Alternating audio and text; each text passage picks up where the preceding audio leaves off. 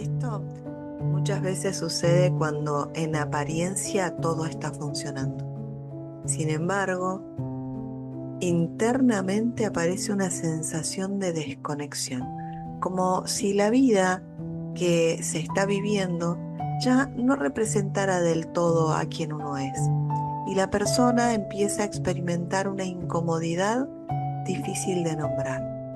Esa experiencia que muchas veces se intenta tapar con trabajo, actividad, logros o distracciones, pero en realidad este suele ser el inicio de un proceso bastante más profundo, es ese cuestionamiento del sentido, del propósito. Por eso quiero invitarte a hacerte ciertas preguntas, a que nos metamos para adentro y empecemos en este trabajo de introspección para que podamos encontrar el verdadero sentido en este camino paulatino en el que nos enfrentamos muchas veces al miedo, al apego, al propósito, al ¿para qué estoy haciendo esto? Y que podamos encontrar verdaderas preguntas. Por eso, ¿en qué áreas de tu vida sentís que todo funciona, pero algo internamente como que no cierra? ¿Qué es lo que estás sosteniendo por inercia y no por elección? ¿Hace cuánto dejaste de preguntarte si la vida que llevas realmente te representa?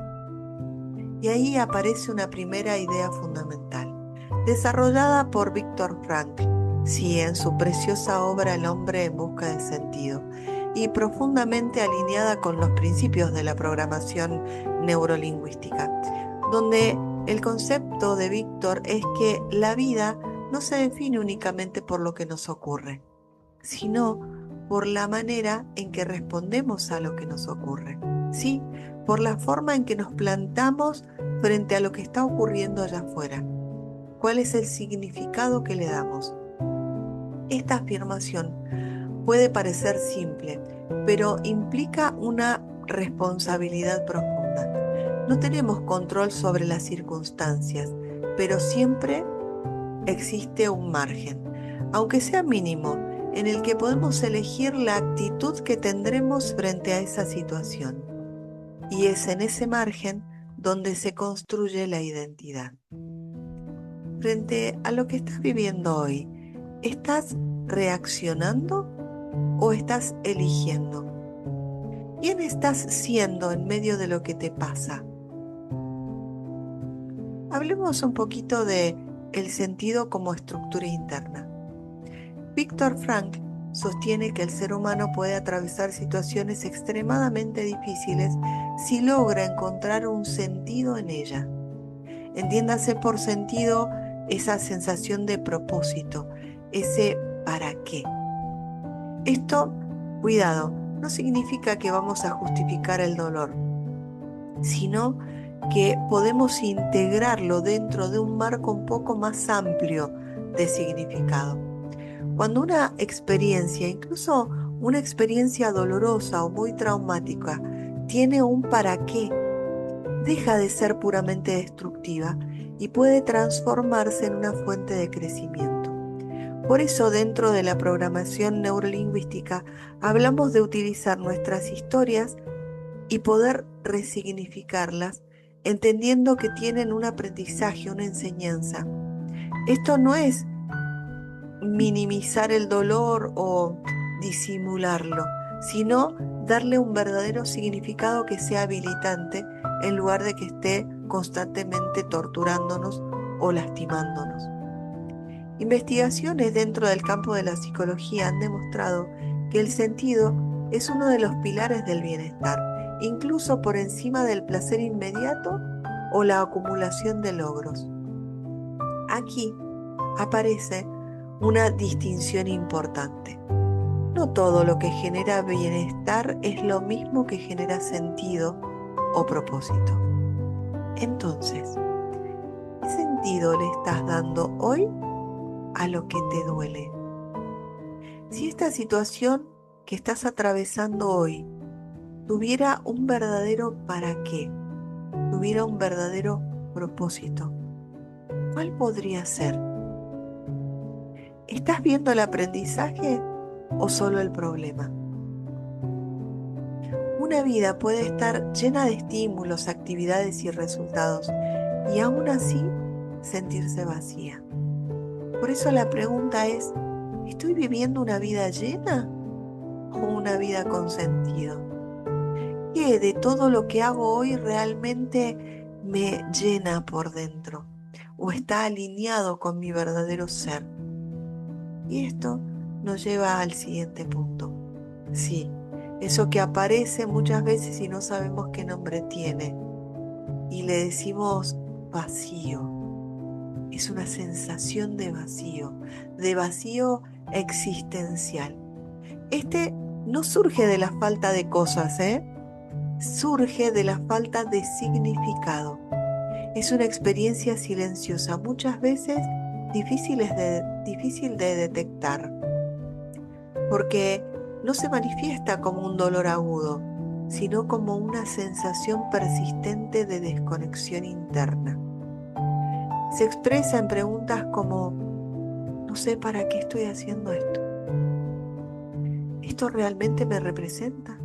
¿Qué sentido tiene esto que estoy haciendo, a lo que le estoy dedicando la vida y tanto tiempo?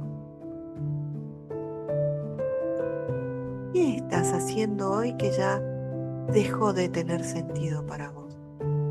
¿Dónde sentís ese vacío más fuerte? ¿En tu trabajo? ¿En tus vínculos? ¿En el encuentro con vos mismo? Lo complejo del vacío es que no siempre impulsa un cambio inmediato. A diferencia del dolor intenso que obliga a reaccionar, el vacío puede sostenerse durante años, llevando a la persona a funcionar en automático, por inercia. Por lo tanto, pregúntate, ¿en qué parte de tu vida estás funcionando en automático? ¿Cuándo fue la última vez que te sentiste realmente vivo mientras hacías y desarrollabas lo que amas hacer o lo que decís que amas hacer? Porque cuando una vida se sostiene sin sentido, cualquier dificultad se vuelve más pesada de lo que realmente es, porque no existe una estructura interna que la contenga. En nuestro interior grita el deseo como expresión de nuestro potencial del ¿para qué estoy aquí? En este punto es interesante integrar la mirada de Carl Jung, quien plantea que ciertos deseos persistentes no deben ser interpretados como simples carencias, sino como expresiones del potencial interno. ¿Qué deseo aparece una y otra vez en tu vida? ¿Qué es eso en lo que no podés parar de pensar, aunque lo postergues? ¿Y si eso no fuera un capricho, sino una dirección? Desde esta perspectiva, el deseo profundo no aparece para frustrar, sino para orientar.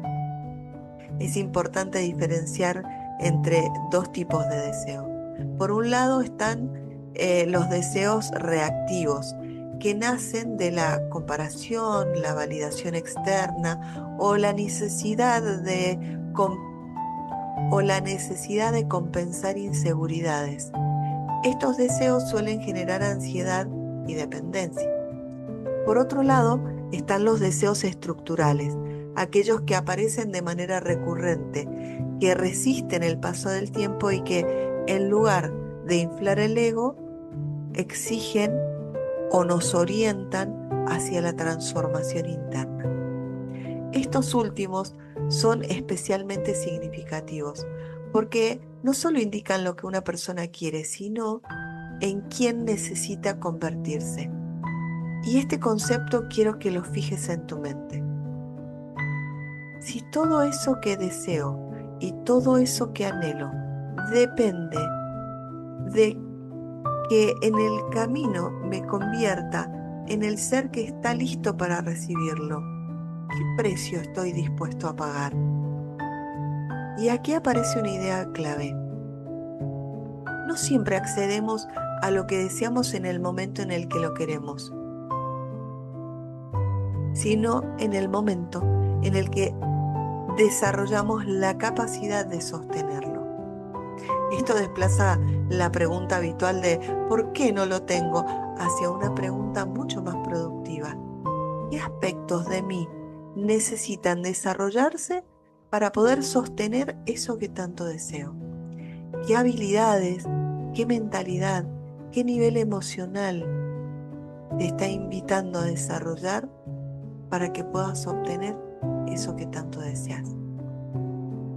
Y una trampa en la que podemos caer es la de perdernos el disfrutar de lo que obtuvimos por estar en el próximo momento, ese que aún no llega.